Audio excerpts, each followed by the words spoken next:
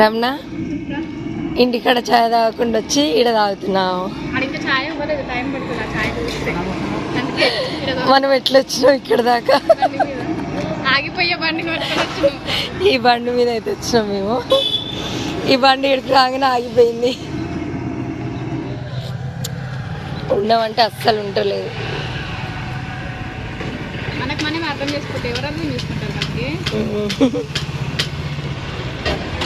వచ్చే వరకే నైట్ అయింది. పొద్దుగా లేవగానే వెళ్ళిపోతుంది. అవును, మంచిగా కలిసి ఉన్నాం నైట్ అంతా నిద్రపోకుండా కబుర్లు ఆడుకుంటూ పండుగ చేసుకుంటూ. అవును, కలకల అనిపించింది నిజంగా నువ్వు ఉన్నంతసేపు. పండగ పోయినసారి మేమే ఉన్నాం కదా, అంత మంచిగా అనిపించలే. నువ్వు ఉంటే మంచిగా అనిపించింది.